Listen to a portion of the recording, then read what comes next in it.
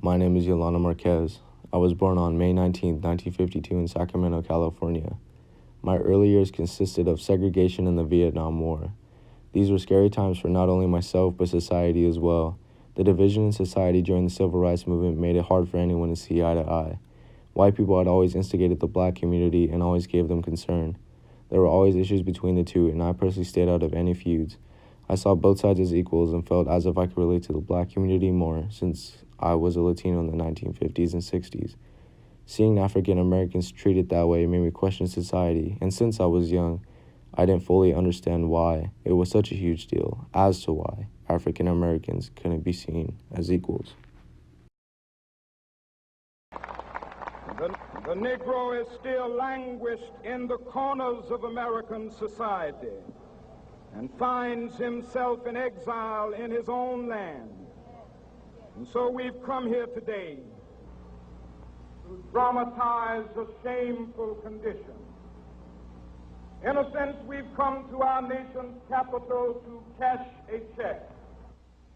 When the architects of our republic wrote the magnificent words of the Constitution and the Declaration of Independence, they were signing a promissory note to which every American was to fall heir.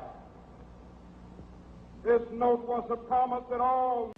When I had been living in Sacramento, there wasn't as much segregation as there was in other cities and states, such as Mississippi, Los Angeles, and so on. Riots and protests were becoming huge and a way for African Americans to have their voices heard. For a majority, though, those riots and protests were always shut down very quickly and with brute force. Both sides had been aggressive at first, especially whites. On TV, they show people being hosed down with fire hoses, many people getting beaten down, hundreds of police officers to stop a protest. It was just a mess.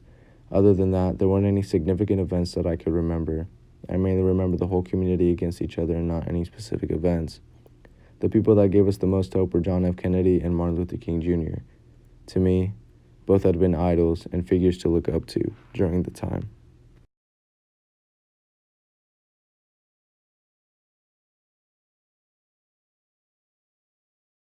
Produced by a nuclear exchange would be carried by wind and water and soil and seed to the far corners of the globe and to generations yet unborn. Today, the expenditure of billions of dollars every year on weapons acquired for the purpose of making sure we never need them is essential to the keeping of peace. But surely the acquisition of such idle stockpiles, which can only destroy and never create, is not the only, much less the most efficient, means of assuring peace. I speak of peace, therefore, as the necessary, rational end of rational men. Everyone around me had high hopes for Kennedy as president. Not only did he fight for civil rights for another race, he had done a lot for us, and we knew he could do much more. Nobody really had hate for Kennedy. He was always very well liked and made us feel secure. Though he had flaws and mishaps at times, I couldn't help but appreciate him as a president and what he had done for us. Unfortunately, November 22nd, 1963, when I was only 11 years old, it had been announced that President John F. Kennedy had been shot and killed. People around me were upset about Kennedy's assassination.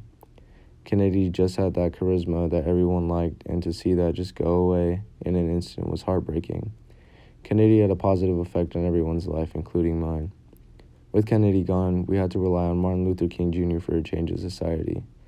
Luther's success had been rapidly increasing, and his supporters were growing as well.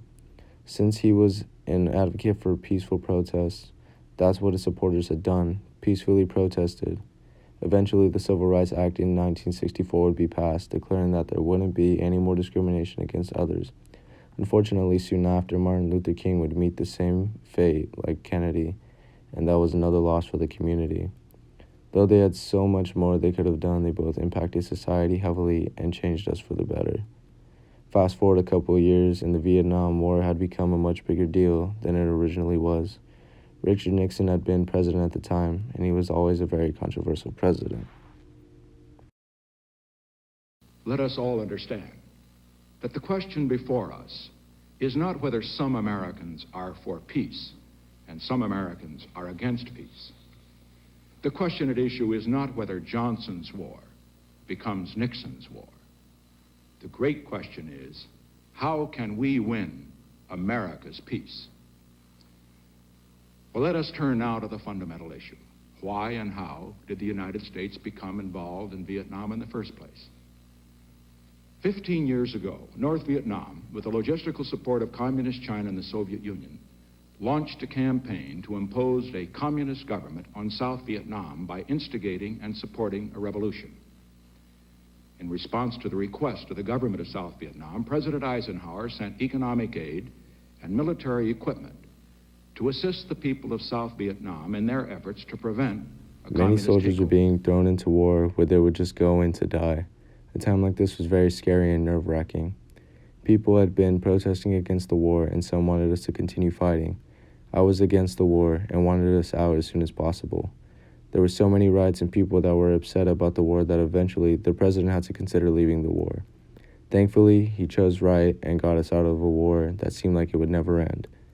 The people had mixed emotions. We were happy but upset at the same time. Those who were upset were either upset about losing a war or the amount of people we lost and how useless fighting that war was. We had learned our lesson.